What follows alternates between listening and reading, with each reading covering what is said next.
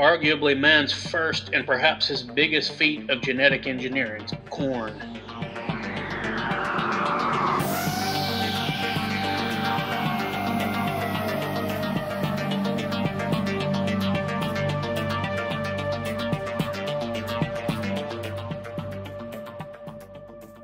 Hey, you guys. We're here for another dynamic episode on Unrefined Podcast. And today we have our esteemed co-host, Lindsy. Lindsy, how you doing, brother? Hey, guys. Doing well. What you drinking this morning, Lindsy? Tea or coffee? Tea. I'm a tea guy in the morning these days. Yeah. And our other esteemed co-host, Brandon Wallace, that goes by BT. So how you doing, BT? Hey, doing well. Good. What you drinking this morning? Coffee or tea? Oh, I got my coffee. Yeah, I'm kind of a mixture of both of y'all. I kind of go back and forth. I'll do tea for a season and then coffee. And tea's better on my stomach a lot of times. So, but yeah, that's for and the caffeine is a lot lower even in black tea. Yeah. So it just not and have my eyes ready to pop out of my head like coffee often does. Yeah. So today, you guys, we have a great show lined up for you. We're going to dive deep into some Mayan lore, and we're going to talk about the origin of some interesting things, and we're just going to kind of connect some dots related to some biblical things that we believe that are connected. And, some of it's speculation, but some of it's pretty empirically provable. So I'll let Lindsay start us out and get us going down this rabbit hole. Sure. Okay. Go ahead, yeah. Well, this all started for me, probably 15 years ago, I want to say, when I read this book by Charles C. Mann, 1491, New Revelations of the Americas Before Columbus. I've heard of that book. Did they make a movie out of that? I don't think so. Okay. Not to my knowledge, but he just looks, a big part of it is much larger populations than he thought, than were previously thought. That's one of the arguments he tries to make in here. And yeah, it's millions. There were millions of people across the area. Yeah. Not thousands. Well, yeah, man, we'll get into them, but Tenochtitlan was, I believe it was the biggest city in the world at the time. And I think Mexico City still might be. But yeah, it's something in particular, even back then, really jumped out at me, and it was just his treatment of corn in here, or maize, because I think for American English, corn is just his treatment of corn. Just I don't know. I was really fascinated by it. Just this idea that this really weird plant, that's closest wild relative, teosinte, is like nothing like it. It has like these separate kernels, and each kernel has this really hard husk around it. It would like break your teeth. You got to break it open. I think it can be popped, similar to popcorn, but it's hard for humans to eat. Yeah. I think it's used as fodder for animals sometimes. And interestingly enough, the Nahuatl word it comes from means something like God corn. It's like Teo, the word for God, and I think Sintli, the word for a dried ear of corn. So wow, that may be an interesting clue there. But yeah, it can't, and I want to nuance this a little bit because BT made an important point that organisms depend on each other. I'm not saying no organisms depend on each other at all. Corn does so in a way, depends on humans in a way that I'm just not aware of any other plant. Modern corn. Yeah. It just, if you don't take that husk off and put it in the ground, it can't reproduce, basically. So yeah, this weird plant. Yeah, because corn doesn't just the kernels don't just fall off the cob. You actually have to run it through. Some kind of machine, some kind of technology is needed. Yeah, wheat and other things have this sort of shattering ability. Well, down here in the South, Yeah. we have wild boars that take care of that sort of, but they weren't in abundance of population back a long time ago. Yeah. Yeah, and boars are not going to run around planting rows of corn. No, Yeah, exactly. exactly. Yep. But so yeah, there's this weird plant, and the closest relative, and there was a huge debate over this. There were scientists just really went to war over it, basically, because some thought it must have been some hybrid. Others thought, no, it was just genetically engineered from this teosinte. But no missing links that we're aware of. Now, that could be found, and I could be proven wrong. And again, I'm not a geneticist or a botanist. So, yeah, maybe I'm even a little bit over my head in this whole discussion, but I just thought this was interesting. Yeah. You're speculating. Yeah. Well, I'll just read this. He quotes this woman in the book that I thought was pretty intriguing, Nina Federhoff. She says that he interviewed her for the book, arguably man's first and perhaps his biggest feat of genetic engineering, speaking of corn. And later on, she said, that's right. She said, to get corn out of teosinte is so... You couldn't get a grant to do that now because it would sound so crazy, she added. Somebody who did that today would get a Nobel Prize if their lab didn't get shut down by Greenpeace. I thought that was funny. But, yeah. Yeah. Are you about to unpack what that means? What do you mean? Her comment there, what did she mean? Why would it be so hard? Are you about to talk about why it would be so hard? Yeah, it's just it would be difficult to do today with our technology. Oh, okay. I get where you're going. Yeah, gotcha. Yeah. How did these people in ancient times do this? And it could be as simple as there was a weird teosinte mutation and humans just stumbled upon it. Well, but and separated it. Well, on this show, we believe Occam's razor a lot of times. The easiest explanation is and that's not an easy explanation. Let's be honest. No, it is not. And because as far as I can tell, teosinte, the main thing that was consumed from that was the stalks. The people like to chew on the straws, basically. Oh wow, I didn't know that. Yeah, it didn't seem to be an edible grain harvest because of the difficulty in consuming. But you could pluck a teosinte grass and suck on the stalk, and it's pretty sweet, kind of like cane sugar. Oh wow, cool. That's really cool. Yeah, but yeah, so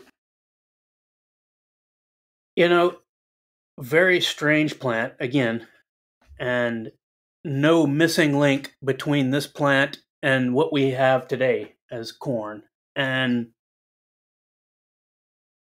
so later on, years later, I start reading a little bit more into what we call Aztec and Maya. The Aztecs were a last in a long line of Nahuatl speaking groups that moved into the Valley of Mexico there. And but they they borrowed a lot of the mythology, and we know that doesn't mean all of it's not true. Also doesn't mean all of it is true. We need to keep that one in mind Balance. As well. But yeah, and read about, started reading their creation stories, and again you see this figure. The Aztecs and the Toltecs before them called him Quetzalcoatl, which means the feathered serpent, plumed serpent. Really, it just means Quetzal serpent, because a Quetzal is a specific bird they have in mind. It's a exotic bird. Yeah, it's a really beautiful bird. If you ever look at pictures of them, get these really reminds me of a peacock. Beautiful green feather. Yep. Yeah. You just see him pop up in different places, and he really goes back to the Olmecs, the earliest civilization. There's a Stela 15, or Monument 15. Hold on. Let's see here. Monument 19. Yeah. It's got this figure wearing like a jaguar helmet, and he's sitting kind of on the belly of a feathered serpent with a rattle. He's got this sort of almost handbag-looking thing in his hands. What is that handbag? Possibly. I know it's a rabbit hole. Hey, my unrefined friends. I just want to tell you guys that I am so thankful that you are my life. Some of our best fans have been writing to us, and I just so encouraged about how lives are being transformed and people are getting something out of this podcast. I mean, that's what it's all about. That's why we're doing this, is to glorify Jesus and to just look at the world and have a more open view of the seen and the unseen and the supernatural in the world. So while we're doing that, we're going to handle all different kinds of topics. But see, what I'd like for you to be involved in or part of is our members only group. Things that are coming in our members only group that are going to just blow your mind. Not to mention, there's going to be episodes in there that you won't be able to hear just on the normal episode channel. So make sure to visit our website at unrefinedpodcast.com and check out our members only community. I just can't stress the fact that, we're after building a community, and there's so much out there, you guys, and there's so much coming. I really believe we need to build these strong communities of Christ followers to be able to handle what might be coming in the future days. We're sure that you'd be a good fit, and we cannot wait. I can't wait to see you there.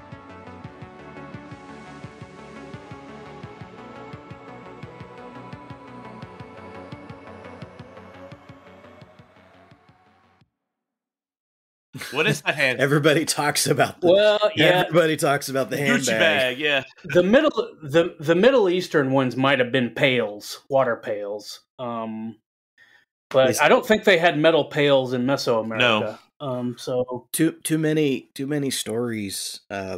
We have a lot of indigenous American stories about their creator gods having a pouch as part of their creating plant life, animal life, etc. But yeah. And so from what I've found from, authors like Graham Hancock to, all those other guys, they seem to say that it's basically just a symbol of creation. Interesting.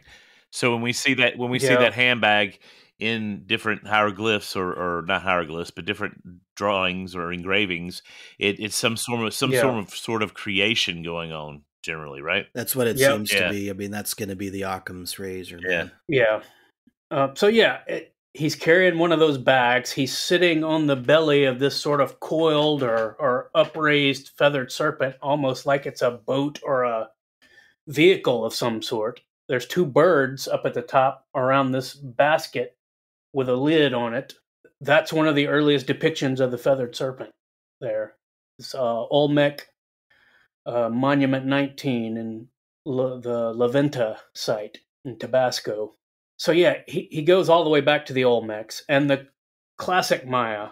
I mean, it's everywhere. There's this thing called the vision serpent that was used for like conjuring, or basically he would appear when you bled yourself into this bowl and conjure up an ancestor or something. He would emerge. A lot of the artwork shows him emerge, like human faces emerging out of his mouth. He's a plumed serpent. So you're talking about the statue. Isn't that one that's the one on display in the Mexico City Museum, isn't it? Which one? The old one where we get the feathered serpent from the Olmec. It is in. I think it may be in Berlin now. Okay. Or no, it's in the London Museum now. I think. Interesting. Yeah, they have a lot of. I'll have to look at it. All over the place. Okay, currently located at the. Okay, no, it is in Mexico City. Okay. Museo Nacional de Antropología. This is basically just. Not to minimize the significance. It's a serpent that has a plume of feathers on it, and this goes back to the Olmecs, and then later Aztecs call it Quetzalcoatl, and then the Mayan call it the Kukulkan. And the Quiche, the Guatemalan Maya, use the name Gucumatz. That's the name in the Popol Vuh. It's interesting how they had different names for them in different places. But there was an earlier serpent, sometimes called the vision serpent, that you see in classic Maya, because we'll probably get into it later, but the post-classic Maya, including the Quiche, who wrote the Popol Vuh, had been influenced by the Toltec and were possibly started by Toltec refugees. So, on the one hand, the Toltec version of Quetzalcoatl really kind of spreads and in the post-classic era, but you still see him all over the artwork. This Lintel 15 from Yaxchilan, it's an old post-classic, or no, classic Maya site. Okay, so it shows Lady Waktoon. She was the wife of a ruler, and she's got this bowl in her hand with paper in it, and there's a bowl in front of her with paper scrolls in it, presumably with her blood on them. And this feathered serpent is emerging up out of the bowl, and out of its mouth, this human figure, which almost looks kind of like the tonsured maize god, a little bit. The tonsured maize god has that same sort of head shaved back look like that. But yeah, so the Maya used a feathered serpent for sort of conjuring. All right. Divination. I have purposes. A question, guys. And correct, if this is not the time for it, we're going to talk about this later. Correct me. But did the plumed serpent, does that have perhaps a similarity to the Mesopotamian and even the Hebrew and the biblical things of seraphim being? Is there? Well, sure. Okay. All right. Are we going to get into that later? We can give some. Yeah. Well, yeah. We can talk. That may be a better episode one of these days. But Well, the symbolism of the wing, the plumed serpent is this ability that it could fly up to the heavens. Yeah. But it's a serpent, so it's also part of the earth. Yeah. You got heaven and earth kind of combined in this symbol. Interesting. They're almost like a. Yeah. Is it bipedal? What is it bipedal or does it crawl? No, it's a serpent. Okay. It's just a regular old slithering snake. Okay. Yeah. Okay. Crawls on its belly, but can also fly, and it's also an aquatic animal too. Interesting. In a lot of the depictions as well. So he's everywhere. Like maybe even he's pervasive. A Leviathan connection there. It's got a lot of connection between the Asiatic versions of dragons too. The stuff that you might find out of China mythos. Yep. But yeah, I'm mostly focused just on the Central American stuff now. Can I tell a story though? I think this is significant. Go for it. For years, and Lindsay knows about this. I don't know if I've told BT or not, but for years, like almost 20 some odd years, I've been having a reoccurring dream of a red dragon coming on the Pacific coast. We're in the United States, for those listeners who don't know that, for coming on the Pacific coast and enveloping the West Coast out there of this red dragon. But what's interesting about it is it's not a red dragon in the traditional sense, what you call the European dragon or the Dungeons and Dragons type dragon. It was always a water serpent type dragon, which was more Asiatic, like y'all were talking about. So anyway, I just want to throw that out there. Yeah, there is one called like Nuwa or something like that came up in some of my research that's very similar to the feathered serpent. It was an academia article, but yeah, I mean, it's something you could even say medieval dragons are very similar to this feathered. They fly, but they're also reptiles. Yeah. I mean, basically what you got, the symbolism wise, is this kind of walking axis mundi, this place where heaven and earth meet. And that's good. This feathered serpent figure. Yeah. And it's shared across the world in a lot of different ways, from the Kundalini of India to... Yep. Yeah, exactly. It's like that going back to Eden. I mean, that's the goal. Go back to Eden. Go back to that axis mundi, that way of life that they... Yeah, anyway, I'm sorry. Well, and the tough part is, or the frustrating part is, we know that Christ is the walking axis mundi. This is a counterfeit. Yeah, he's the place where heaven and earth meet, where the angels descend and ascend. It's almost like he's the new Eden. I never thought about that before, but Christ is the personified new Eden. Anyway. But anyway, yeah. So you see this feathered serpent and this being emerging out of its mouth. That's a common theme in the Mayan artwork, classic Maya. And later, post-classic, Maya would have Kukulkan coming up out of this bowl, like that. When they started using the term Kukulkan, which is a rough translation of feathered serpent. Gukamats is actually a more literal Quetzal serpent translation that they use in Popol Vuh. But anyway, yeah. So I just started reading into this feathered serpent figure recently, and I it was, man, how many months ago did we say we would do this? I can't even remember. It's been about 3 months, bro. Yeah. Yeah. So yeah, I thought, well, why couldn't we do it? I was interested in it. I'm like, strike while the iron's hot as far as me being interested in something. Yeah. And I just started reading it, and I've got lots of books. Some of them of different values as far as I did find this one book by this Frank Diaz guy. He's like this neo-shaman who treats the man Quetzal. Well, there's no difference between the man and the god for him. It's an incarnation. But yeah. Interesting. I found lots of books. There's a really good one for the Popol Vuh out there by Alan Christensen. Mm-hmm. That's the one that I've read through, the Sacred Book of the Maya, the great classic Central American spirituality. Cool. Yeah. Yeah, I went cheap on that one and just used the online version. Well, of course. But yeah, and I found a book by a guy named Enrique Florescano, and he's got a lot of comparative mythology with Tammuz. Tammuz goes into the underworld and things like that. But yeah, that's what Brandon was talking about with the Middle Eastern kind of cross, seeming to be spawned from an civilization or an myth. Yeah. Well, I mean, I don't know why someone doesn't do some kind of a tome like the DDD book that has comparative deities throughout the world and all their similarities. Yeah. I mean, that would be like a lifetime undertaking probably, but that would be an incredible resource for stuff. So anyway, the DDD, that's the Dictionary of Demons and Devils or whatever. Yeah. In the Bible. That big huge thing that costs. It's pretty costs big, $1,000 to buy or something. I don't know. It's just not that much, but it's above my pay grade. Anyway, it ain't cheap. It ain't cheap. Because they don't print it anymore. Yeah. But yeah, one of the main things I found, I just wanted to go back to some primary sources, was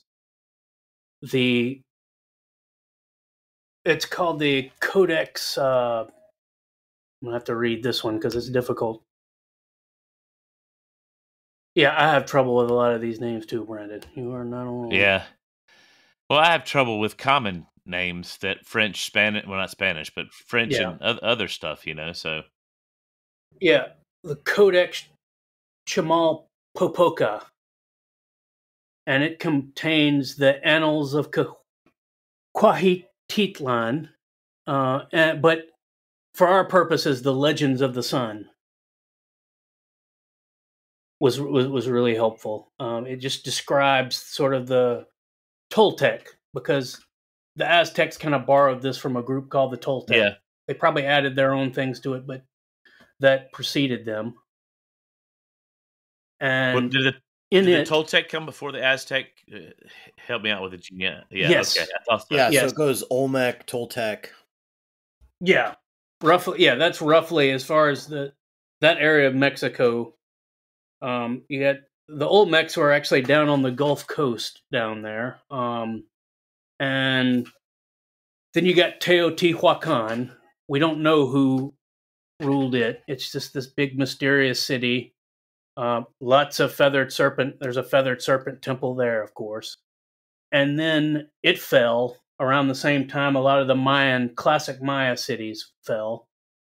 And then enter these Nahuatl-speaking nomads and semi-nomads. One of them, they called themselves the Chichimecs. It's interesting. Yeah. Chichimec was like this term that meant barbarian. Really? It was a term that they used for generally people that came from the north were nomadic hunter-gatherers. It means something like people of the dog. Well, but that's significant because, we have actually empirical evidence that there's been an excursion over here of European people earlier and all that kind of stuff. It makes you wonder if that's what they were talking about. And what's interesting to me is the whole juxtaposition of these people calling someone else savage. I'm sorry, I'm not being racist or anything remotely like that. But the Aztecs and Toltecs, and I mean, their religion was pretty vicious, and for them to have barbarians, it makes you wonder what the barbarians were like. Well, yeah. But yeah, Toltec is supposed to be the opposite of that. It's like artisan, builder, cool. Civilized. So it was used before that. They applied it to the people of Teotihuacan, not because they were the same ethnic group, but because they were the ultimate civilization to them.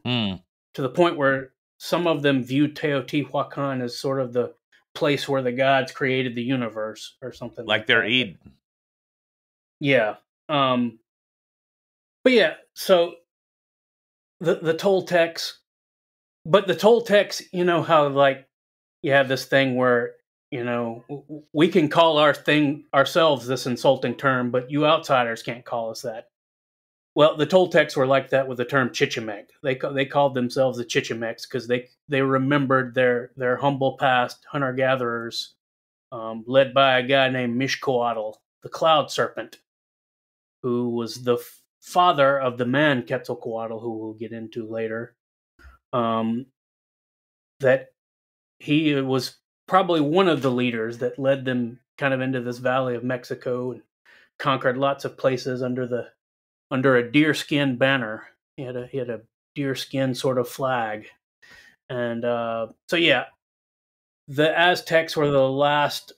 They called themselves the Mexica. They didn't really call themselves the Aztecs. That's where the term Mexico comes from. Oh, Mexico. Okay. I think Spanish call it Mexico, but yeah, the Nahuatl translation is Mexica. Mexica. And yeah, the Aztecs sort of inherited. They viewed themselves as the successors of the Toltecs. So their creation story kind of borrowed some things and added some things of their own. But anyway, they viewed creation as different suns, different eras, with different suns. And you mean sun, you mean S-U-N, not S-O-N, right? Yes, S-U-N, yeah, S-U-N. Yeah, because Brandon brought up this Garden of Eden idea, and there doesn't seem to be a similarity really between what the Judeo-Christian worldview would see a Garden of Eden in the Aztec or the Mayan mythologies. It's the Popol Vuh focuses more on the creation of mankind, and not where they were created. Yeah, that was, which is a whole lot different. Well, that's really interesting you bring that up because it just shows you the different viewpoints of the different cultures. Because I read something this week, somebody was basically saying Israel is about people, not about land, and I'm like, no, you have no understanding of Middle Eastern. Everything's about land. I mean the whole thing. I mean, even the guy who didn't want to be baptized in one river, he wanted to go to another river, and he carried the land of Israel with him back. And so land is extremely. He understood the importance. Yeah, land is extremely important in Middle Eastern stuff.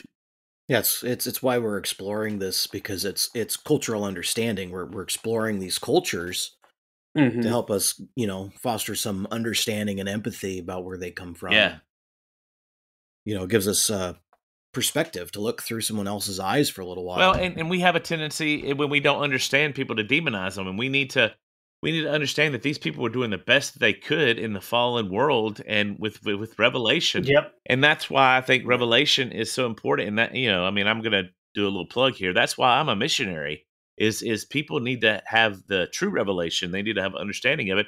But to do that, you have to have an understanding of what God has revealed, even through their alternate views of the world and cosmology. I mean, he's revealed himself in all these cosmologies. It's obvious to me. And, we can use that as a bridge to show them. If we have knowledge of this. Anyway, I'll stop rambling. Sorry, guys. No, that makes complete sense because, you know, millions of people may stop following Christ in one part of the world, and then through some means of the Heavenly Father, God creates something, and millions pick it up in somewhere else. I mean, that's a historical thing. Yeah, look. I mean, you guys, you know this. I mean, this is common knowledge, and our listeners probably they need to know this. Africa, particularly Northern Africa, which is majority Muslim now, was the hotbed of, in a good way, of Christianity. I mean, Augustine was African. I mean, it's like that whole area was like almost as prominent as the Middle East, and now it's you know, there's very little Christianity there other than underground. Anyway, and so it changes. Well, the Legends of the Sun. Yeah. So they viewed things in terms of a new sun, S-U-N, being created. Right. And each time there was this new sort of attempt at making something like human beings. Yeah, they first try to make humans from mud. Yeah. And then that fails. Yeah, well, in the Legends of the Sun... Which sun was that? Where they made with the mud? That's more Popol Vuh. That's more Popol Vuh. Okay. Popol Vuh is less about suns and more about just the story of creation. Yeah, the story. But Legends of the Sun, the first sun they created was called the Jaguar, the 4 Jaguar, and whatever reason, the people there offended the gods, so they sent jaguars to eat them. And then the second sun was called 4 Wind, and people were blown away and turned into monkeys in that one. The third sun, this is the interesting one, was called 4 Rain. And actually, no, the third one, this is different. The third one was rain. They rain fire down on them. I got ahead of myself there. And humans are turned into birds. Yes. The fourth sun was called 4 Water. And this is the one where there's a huge flood and everybody's drowned, and the ones that weren't drowned are turned into a fish. Mm-hmm. And also, there were 2 survivors. Tezcatlipoca comes down and warns this man named Tata and his wife Nene to build a boat so that they can survive the flood. So it's interesting. You got these 2 survivors. But when the waters come down and they decide, hey, let's cook some fish, they use a fire drill to make a fire. They smoke up the heavens. It offends the gods. Tezcatlipoca comes down and rebukes them and takes their heads off and puts it where their rear ends are and turns them into dogs. Dog man. Dog man. And so I don't know. So we've got fifth sun then. The fifth sun is basically the current age, right? Yeah, we're in the fifth sun. So and this is the bones and blood age, right? No, this is the one where humans were created from maize. No, that's the Popol Vuh. Oh, okay. Yeah. The fifth. This is the Legends of the Sun. Yeah. Okay. The fifth sun, and there's another Mayan account that I'm going to use as kind of a tie-in there at the end. But I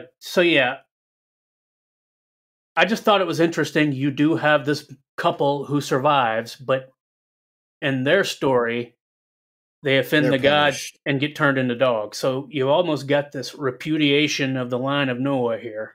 In favor of this other line we're going to see here. So the fifth son, they're like, oh, what do? We've killed all the humans. So they send Quetzalcoatl, the feathered serpent. He's less a top tier god in this and more just kind of a culture hero kind of thing here. He goes into Mictlan, the underworld. Is he like a mighty man or something? Could he be like a Nephilim? No, I think he's completely basically Elohim. I don't think he's Alchemy. Okay. Well, but he acts more. He's got more also that culture hero thing going on in this one. And the Popol like Hercules. Okay. And the Popol, he's more of the Gukamatz is more. He's not as involved, is what I'm saying. Mm-hmm. Okay. He doesn't get sent on missions here. So he gets sent into the underworld to steal the bones. Now, these bones can only come from the previous people destroyed in the flood and other places, though there's a work by a Franciscan, I think, Andre Teve, called I wasn't able to find it, but there was a footnote here from the Histoire du Mexique. He was a Frenchman that says that these were the bones of the giants. So that's a possibility. Interesting. That might be because it's a translational word. Yeah. In that particular text, the word probably translates into giant. Mm-hmm. So we could either have the same kind of thing with gigantes, where we have giants, or they could be those born of the earth. Yep. Yeah. Yep. Could be. Because gigantes can also mean earthborn. Right. Wow. Yeah. But, okay, so he goes into the underworld and goes before the Lord of Death, and he says, "Hey, I want to get these bones out." And initially they tell him, "Yeah, but all right, well, you have to blow on this conch horn," but it was solid. There was no hole in it. So, he gets animals or something to bore it out, and then gets bees to make air rush through it, so that he does it without actually blowing on it himself. So initially they tell him, "Yeah, take the bones." And all the while he's got his Nahual, that's Xolotl, the dog-headed god. For you dog man folks out there, there's your little thing there. But yeah, Xolotl is sort of a Nahual. He's a spirit twin. So you got twins going into the underworld here. On his way out, the Lords of Death get mad and we're like, "Oh, why'd we let him do that?" And so they send quail to attack him. He drops the bones and gets them mixed up and breaks some of them. Some view that's why humans are imperfect. Yeah, okay, stop there. That's where I think it is significant with the word, like we were talking about earlier, of gigantes, which is Greek for giants, that it's more than just people of the earth, because there's an emphasis on height in that area of the story. Because I read somewhere that's why people were different heights, because the bones broke. So that kind of implies that the people weren't different heights before, and they were probably giants. So anyway, I just throw my 2 cents in there. So no, that's perfect. Yeah, that is a good point. So he takes them up to Moanchan, kind of this mystical god realm, heaven type place, where they are ground into powder. And this is grown folks podcast. He bleeds his penis into the powder, and the other gods do penance, which I guess they feel bad for killing all the other humans, which would have involved bleeding as well. We don't know if they bled into the bowl, but they did bleed themselves. So, and they make the first humans out of that. So far, you've got a repudiation of the line of Noah, but now you've got this new humanity created from the blood of the feathered serpent and the bones of the old people. Of the ancient the giants, and now we enter corn. Well, they say, "Well, what are we going to feed these new humans?" They had some food. Each son had a food for humans. We're given calendrical names for it, but we don't know what it is exactly. It doesn't say exactly what it is. Some people speculate these were like experiments with corn that would eventually become corn and then get stored in this sacred mountain. But anyway, so Quetzalcoatl sees this ant carrying a corn kernel and asks him, "Hey, where'd you get that from?" "Well, from this food mountain, this mountain filled with seeds over here." So Quetzalcoatl turns into an ant, goes and gets the corn out, tries to take the entire mountain off with ropes, but that doesn't work. So he gets the Tlalocs and this figure named Nanahuatzin, who may be an aspect of him. Did you say the Trollocs?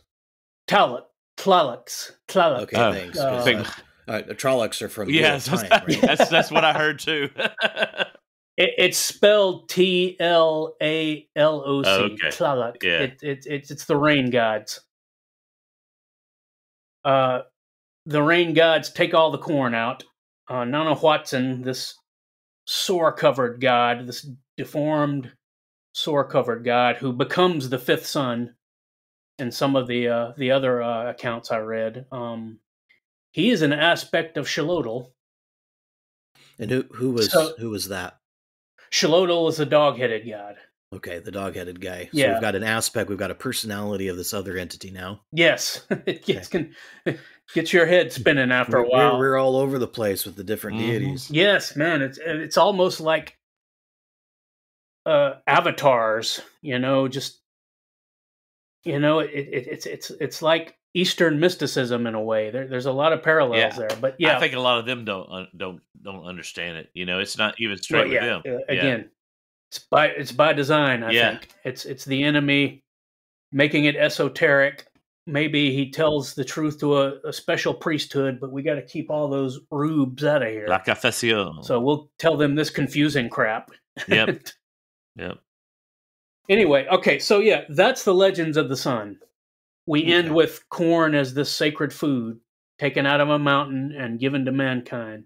And we've got some really interesting cosmic symbolism that comes with that. Yep. If I were to talk on that for a second. Go for it. So beyond the daily life and the myth of the corn and this involvement in the myth of the sun or the Popol Vuh and the creation of man through corn. So not just in the daily life, but it seems that by creating man from maize, this is like some kind of interconnectedness. Yeah. Symbolizing interconnectedness between all life and this circle of life between man and corn. Yeah. You are correct. We're made of corn, kind of thing there. Which is that important? Well, here comes Mr. Tinfoil Hat. All right. I've been waiting. I've been waiting for this. I've been chomping at the bit. Bursting at the seams there, yeah. Well, okay, this is all speculation, audience, listeners, friends. There's no coincidence that corn is one of the biggest staples in our diets, whether we realize it or not. It is in everything. Sandy just did a test where she could see what she was allergic to, and she's allergic to corn, and she's having to choose all her different types of foods. And corn, processed some kind of way, is in almost all foods. So there's such a preeminence, and that's, I don't know. Everywhere. I don't think that's a coincidence. I believe in very few coincidences anymore. I mean, I know there's some out there, but that's just bizarre. And it's actually really bad for you. And our bodies don't really, they process it, but they don't process, actually, obviously the husk. Is it? No, not the husk. What is it? The kernel? So, yeah, I just think there's some kind of a tie there. Like I said, this is speculation. I mean, I don't have any proof for all this, but it's just something fun to think about or to kind of connect back to that. No, it's hard not to see that connection.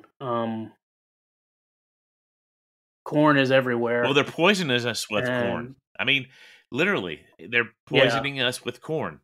And I'm not saying all corn is bad. Well, corn by itself is a terrible diet, and it gives you pellagra, amongst other things. Now, what's pellagra? They had methods. It's like a vitamin deficiency. It was really terrible in the South, where people lived off cornbread and grits and things like that. And in Italy, people lived off of polenta. Oh yeah, polenta, yeah. Which did the same thing. Now, Native Americans didn't eat it by itself. They ate it with beans and squash. Which counteracted a lot of that. And they had the nixtamalization process, which took that part that doesn't get digested off. So when you take grain corn I'm not talking about sweet corn, because I just grew some blue corn to make into meal. So when you take this grain corn, you've got to run it through a process that uses basically food grade lime. Yeah. Right. And it's nixtamalization. You have to run. Otherwise, if you just grind it into meal and then eat it, your body's really not going to digest it at all. Really? Yeah. Which goes to show, this like goes to show concrete running through you. Exactly. It doesn't do anything. It doesn't help you out or anything. And so it shows that the ancient peoples of Mexico and South America really had something going on when they learned that they had to go through a process of using lime to wash the corn. Yep. I mean, this isn't, for it to be edible. And that's something that's very abundant in their area, lime. So how did they find that out? I know it could have been trial and error. Well, it's the same argument about ayahuasca. Yeah. The two products that make that up. I mean, no one's going around the forest and just going, I'm going to try this vine with that leaf, that berry with that bark. I mean, there's more going on than we understand. Well, that goes back to the secret knowledge of the fallen ones that they gave to man. I mean, that shows us. I used to always wonder, even as a kid, and then when I taught school, I taught history. We get into the Native American part, before the Spaniards and the Europeans came over. How did a lot of or just, it didn't have to even be them. It could be even early Europeans. How did they know what was poisonous and what was not? I mean, yeah, sure, you could say, hey, Juan, eat this, and if it doesn't, well, there was a lot of animal. Yeah. Juan just died. So we better not eat that. Yeah, exactly. If we were to talk to a scientist, the thing is people observed animals, what animals they would eat. But the thing is we've got holly berries. Holly berries are completely safe for the dogs to eat. So if I'm watching my dog eat the holly berries, I'm not going to eat them because they're not okay for humans to eat. So that argument kind of goes out the window really quick. But the other thing is we have, oak trees. So we get acorn. Yeah. You can eat the acorn nut, but you have to wash it. It's got to be do washed. This whole process. Yeah. And people had to learn how to do that process. It wasn't just an accident. Well, yeah. I mean, how okay, so you grind up the acorn and they eat it. They would instantly say, oh, well, that we can't have that. That's poisonous. But yet, somehow, and then someone's like, hold on a second, let me wash it a few nobody times. would come up with that. I mean, anyway. Yeah, it's amazing. I mean, unless they were on shrooms. Or ayahuasca. Maybe. That's what I say. I say a lot of stuff. Which just leads right back to the gods there. Yeah, exactly. Psychedelics. But yeah. Right. So yeah, the Popol Vuh, I think it's pronounced. The feathered serpent still involved. There's some commonalities here. You've got a lot of Nahuatl words thrown in because, again, there was some influence there. Gukamatz is the feathered serpent, and he's more, he's more important but less involved. So yeah, you've got technically the first attempt were the animals. The animals were meant to be the worshipers of the gods, but they're animals, so they weren't doing that. They're like, well, okay. That's shared across indigenous populations across the United States itself. So, okay, fair enough. We'll let the animals live, and we'll use them for food and other stuff. So the first attempt, BT brought this up, was the mud people. But man, they couldn't stay together. They dissolved. They couldn't really worship. All right, so think about. There's a problem with this one. The mud people didn't work. Well, what is our creation story? Yeah. Yeah, we're made from mud. Yep. We got another kind of repudiation here, I think. So yeah, that didn't work. The second attempt was these people made out of wood, and they used divination to make this one. The mother and father, Shmakane and whoever the father guy was, they were capable of speech but didn't acknowledge the gods. They were destroyed by a flood. Some say a flood of resin from the sky, but they were also just attacked by animals. Some of them turned into spider monkeys. Says different things there. So yeah, we got another flood and another sort of we're starting over from scratch. So yeah, that was the second attempt. There's 3 or 4 attempts if you count the animals in this one.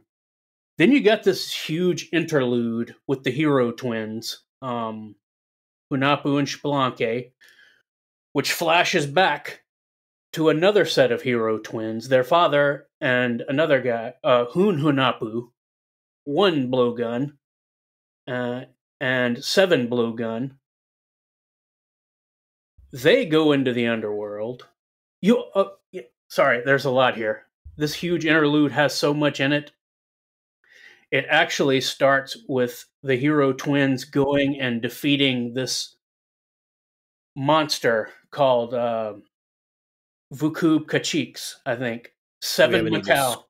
Do you have a description of the monster? Was it a serpent by chance? A lot of the artwork depicts him as kind of this giant bird monster. He has jeweled teeth because they get knocked out later. But whatever he is, you almost have... This is common. Like a behemoth. Okay. Yeah, well, and this is common in Native American, the hero twins defeating the monster. I was watching on Max, HBO Max, a documentary about the Navajo people training to be Navajo police. And they model themselves a lot after the Navajo hero twins who defeat this monster. So that's a common thing. I'm sorry, when you keep saying hero twins, man, my 80s kicks back. I see the Wonder Twins activating. I don't know why. That might be where the hero twin activate comes from. You know? But yeah, everything I read about 7 Macaw has him as a kind of a giant bird demon thing. But the interesting thing is, the way it's presented is you got this being in this is happening during the before the flood. You got this being who rises up and says, "Hey, I'm glorious. I'm the sun and the moon. These wooden people need to worship me." Thing going on. So it's almost like the fall of Satan happening here, or even the Watchers. The fall of the Watchers is probably a better parallel in this 7 Macaw and his sons, who are also defeated by the hero twins. Now, the hero twins and Shmakane are already experimenting with corn. They have a field of corn that they grow. She gets them to, when they're not being lazy and shooting their blowguns and playing ball, she tries to get them to work the cornfields. And later, they also leave her some ears of corn and say, "Hey, if these die, we die. If they come back to life, we've come back to life." That's interesting. So anyway, you got the same sort of story of twins, Quetzalcoatl and Xolotl. This time it's Hunahpu and Xbalanque going into the underworld. One of the things they're doing is they want to revive their dad's skull. It doesn't work. You also got their origin story where one of the ladies of the underworld, Blood Maiden, they hang the skull of the twins' father on a calabash tree down there. Okay, so the first set of twins the father of these twins go into their, they're making too much noise playing ball, and the lords of death in Xibalba invite them down. It's kind of slapstick. They tell them, "Hey, sit down on those rocks there. Have a seat." The rocks are hot. They sit down and burn their butts. It's stuff like that. They humiliate them. They beat them at ball, and then they kill them and hang one of their skulls in a calabash tree. Well, one of the things they want to do is revive their dad. It doesn't work in this case, but you still got these hero twins going down to the underworld for bones here. See that just, to me, that just screams genetics. I don't know. I mean, if maybe I'm wrong, but that screams maybe like a pseudo form of genetics. And then when you talk about sitting on a rock, well, we've come in the past few months to understand rocks in the ancient Near Eastern thing or divination things. Like when Jacob laid his head on a rock and he got the revelation that it was divination. And I wonder if that's an overlap. Rocks being an act of divination, so to speak. Yeah. So you got this huge interlude where we're introduced to these twins, and they go into the underworld, and their grandmother is one of the mother and father creator deities at the beginning, who creates the earth with the feathered serpent and some of the other gods. So you got this final attempt where the gods send animals to a sacred mountain called Pashil. Okay, we got a mountain now. Yeah, they get the corn out. This time, instead of bones from humans are just made from corn.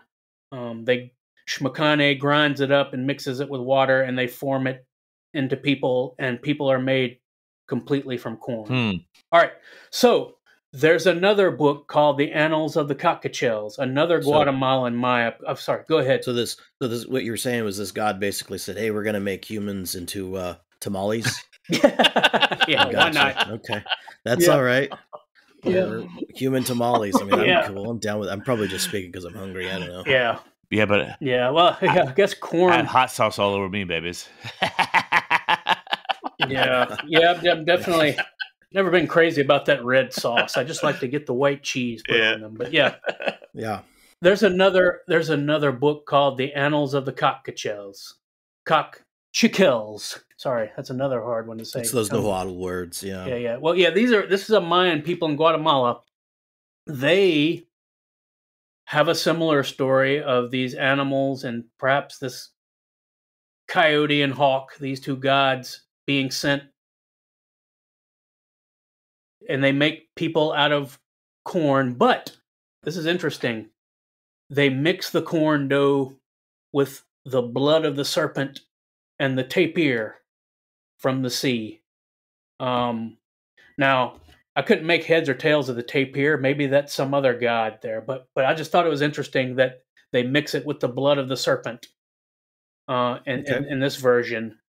So you've almost got both elements here. You got Quetzalcoatl's blood, possibly, or at least a serpent's blood, mixed with the corn this time to make humans. I just thought that was an interesting tie-in there in a similar account. So it's a lot shorter account. It was like a paragraph, and then they just get into the history of the Cocachels, this Mayan people down in Guatemala, related to the Quiche, who wrote the Popol-The. So yeah, I thought that was an interesting tie-in. Mm-hmm. So yeah, you've got multiple attempts to make humans. You've got this flood to kill them in the Legends of the Sun. You've got survivors, but they offend the gods and get destroyed. You've got people made out of mud, but that doesn't work. And finally, you've got this new humanity made from, if you put it all together, the bones of the giants and the pre-flood people or the pre-flood people mixed with corn and the blood from this serpent deity. And you've got this interesting sort of, for us, a repudiation of the line of Noah for this new humanity mixed with the seed of the serpent here. Okay. I just, yeah. It's like you put Cain stuff going serpent, on. Sort of, yeah. Nimrod. Or... I don't want to get into the weird heretical serpent seed doctrine here. That's not where I'm going. but it's fair enough. But there is a seed of the serpent in some sense spoken of in the Bible. Yes. You know, of your father the devil. Yeah, your father the devil. That means something. But so yeah, it makes me wonder if we didn't have a post-flood, this is my speculation, a post-flood incursion in the New World. Now, it didn't necessarily have to involve them literally mixing with the seed of men, but it could have at least... that's what L.A. Marzulli's whole thing is. I mean, he's on the trail of the Nephilim, and he's traced a lot of things across the American continent. Yes. Him and Fritz Zimmerman, too. Fritz Zimmerman. Yeah. Well, even if the so-called gods just told them, oh, you're descended from the feathered serpent, that lie is still there. Yeah, yeah. And like I said, you've got this almost satanic counterfeit of this figure, mere opposite, going into the underworld, shedding his blood to make a new humanity. Well, hey, that's what Jesus did. Yeah, true. That's our guy. Yeah. Our guy did that. Yeah. So on the other hand, right way. Yeah, this is the enemy overplays his hand, because we can use this. We can say, well, I don't know about Quetzalcoatl, but I know Jesus, the God-man, descended into death, shed his blood, and makes a new humanity for whoever will put their faith in him. So, yeah. Right. Well, or you could take the Chesterton take and just say that there is a true mythos throughout all these different states. Exactly. And say there's a type of Christ, Yeah, Jesus is the legend come true. Yes. Exactly. And we got to talk about the man Quetzalcoatl a little bit. Okay. He was this Toltec priest king, the city of Tula in Hidalgo. And interestingly enough, in a lot of the accounts, he rejects human sacrifice. Now, interestingly, Kukulkan spreads down to the Maya. All of a sudden, human sacrifice is not only cool, but demanded. So, but yeah, he's got this miraculous birth. His mom, Chimalma, this would have been, most scholars would say this is in the 900s, the 10th century AD. His mom, Chimalma, who is a goddess in some accounts, swallows a jade stone, and that impregnates her. Mishcoatl, the cloud serpent, sort of adopts him as his son, and he becomes this huge leader, rules from this place called Tula, a place of reeds. A lot of the Mayan post-classic city-states claim to come from a place called Tolan, which was ruled by a guy named Kukulkan, Nakshil, different names. But so these were either followers of Quetzalcoatl or pretenders. But either way, so yeah, he makes this magical state where everything's great, and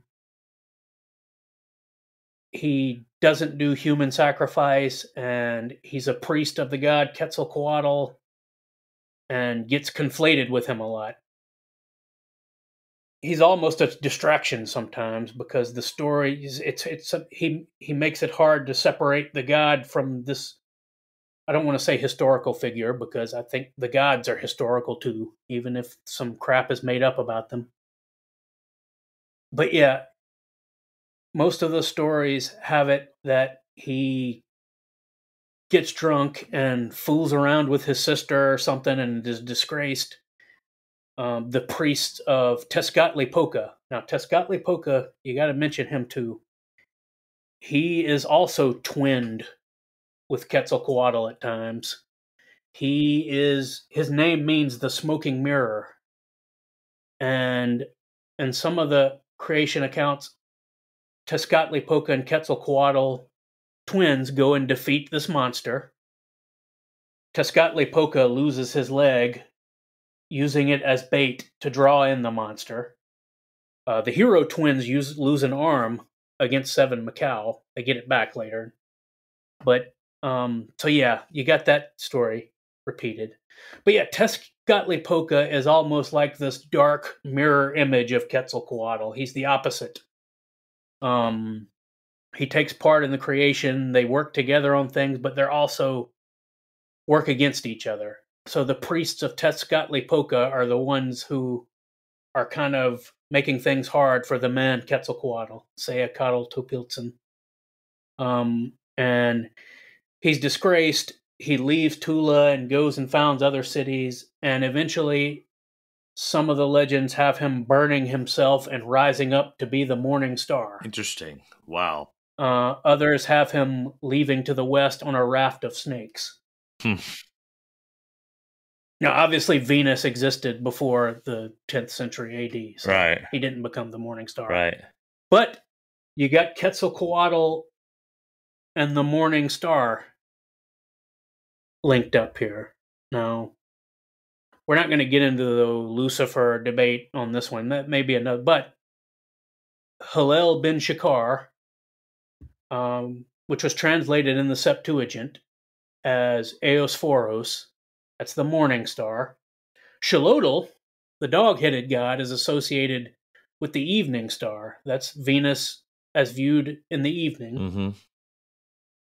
And so, yeah, you got this morning star connection with Quetzalcoatl, Hillel bin Shakar. So the incarnation. Do what you will with that. Yeah. Lucifer connection, perhaps, whoever Lucifer was. I think people get technical about that term. It just means it's just talking about Hillel bin Shakar. So yeah, the man Quetzalcoatl is important. I think that story of him becoming the morning star is probably just borrowing something from the god Quetzalcoatl and giving it to him because, obviously he didn't become Venus. Right. As far as him leaving on the raft of snakes, there's a temple in the city, a site called Xochicalco. I believe it's in Morelos State. There's a guy associated with Graham Hancock named Marco Vegado. I saw him on the Netflix series and found his book. And there's a temple to the Feathered Serpent in Xochicalco. Now, this was destroyed. This would have been destroyed around the time the man Quetzalcoatl was born. So this was before him. Certainly before his death. It shows this writhing feathered serpent, and at one point, there's this figure sitting down on one of the places where the serpent kind of curls down, and it almost looks like he's sitting on a boat. I wonder, it looks a lot like that Olmec thing almost, but I wonder if that's Vegado views that as not as Quetzalcoatl leaving, but Quetzalcoatl the god arriving to bring all this knowledge to the people in that area. So they have a knowledge or an esoteric tradition like we do in the West? Yes. Interesting. knowledge coming from the gods. Yeah. That's interesting. That's pretty common in everywhere throughout the whole world, isn't it? Esoteric knowledge. Is the idea of a divine council basically brings the knowledge to man. Yeah. And there's ones that are more interactive. It's a corto. A corto. It's a Spanish word. Hidden. And look, this is that Vegado interpreting these images. Yeah. He also thinks it looks like that this figure is sailing on this snake away from a flooded island. So, yeah. And this is where we can get the kind of goofy, where it's a spaceship. Yeah. Things like that. Yeah. But that La Venta, that Olmec one, I mean, it does look like he's kind of using it as a vehicle. He's got a helmet on, that's where a lot of that stuff comes from. Yeah. Vegado, I'm sure, is part of the Ancient Aliens crowd. Yeah. But man, those guys are useful in, seeing what looks more like to us just divine counsel, Genesis 6 stuff. They just misinterpret it from our view. Yeah. So yeah. But they also mislead too. I mean, we have to throw that in there. They really do. Because there's more burden of proof on proving the biblical narrative out than there is this atheistic weird alien narrative, a lot more burden of proof. Well, both of them seem to lack an empirical scientific background. I mean, you can't sit there and go, "Oh, these are obviously you're missing the empirical evidence." None of the ancients actually go out and say, "Yes, these things came from planet Neptune or something." Yeah. I mean, it all requires faith. To be fair, it all requires faith. I mean, so to be fair, what? To be fair, you've got the tribe in Africa that says that their knowledge came from the Dogon, a planet revolving around Sirius. Yeah, the Dogon tribe in Africa. But it's like if we wanted to look at it scientifically, we'd say, well, where's the evidence that these guys actually, do you have an artifact from them? Yeah, and so basically any time to say, well, it's worse, it's actually just humans. I mean, it's kind of a minimization of the reality of the supernatural that bleeds through every culture Yeah. through time into our present time, because there's clearly people experiencing supernatural things. There are people who have visions of supernatural things, whether they're under the influence of some kind of drug or not, Right. which seems to be plenty of evidence, because people, otherwise court systems wouldn't take eyewitness testimony as legal evidence. That's basically what we've got. Sure, we don't have a DNA record that Kukulkan became man and dwelt among us. Right. Yeah. Right. Well, we don't have a DNA record that Jesus became man. I mean, you could say the Shroud of Turin, but that's debatable. That's To be fair, you could say the Shroud of Turin. Yeah. However, whether or not, you got 12 people who literally died. One died apart from man, and then died alone, and then you got the other ones who died horrendous, torturing deaths. Nobody dies for a myth. Yeah. For a fabrication, to use a better word than myth, because I think myth has truth. Yeah. It's just story. Yeah.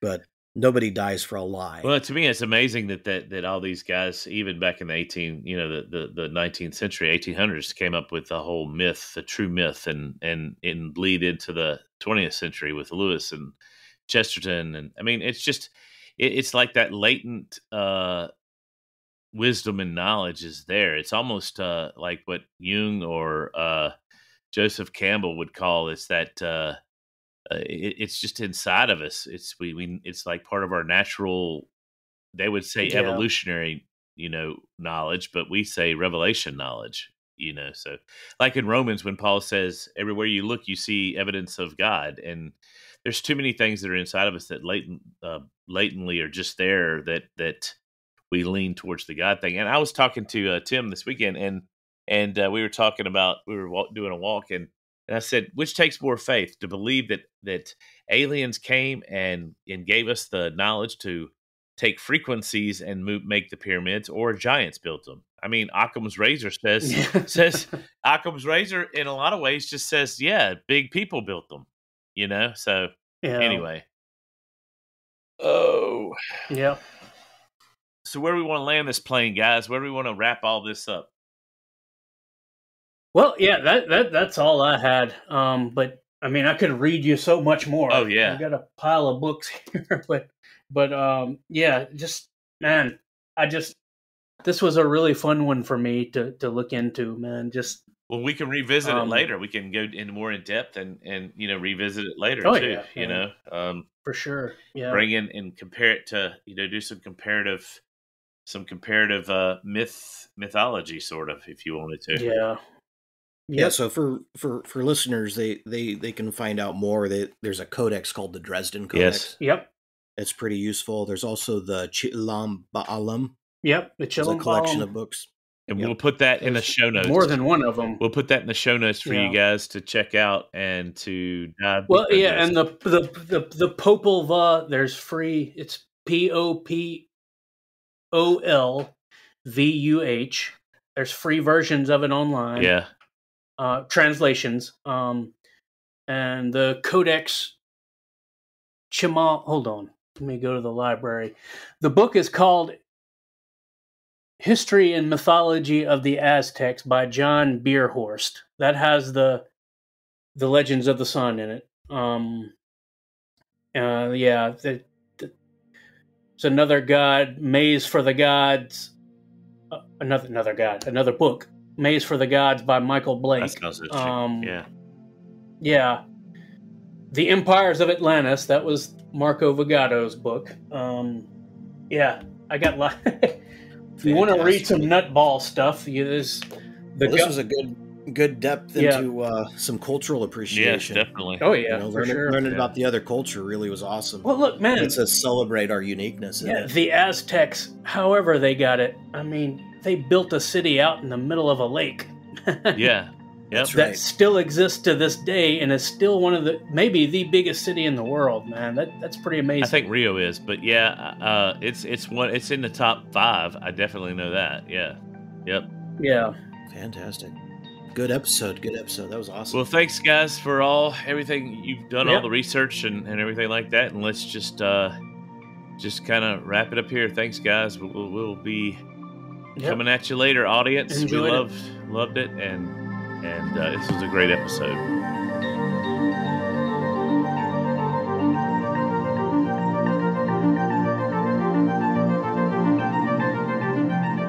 Thanks for listening and supporting us. And remember, stay naturally supernatural.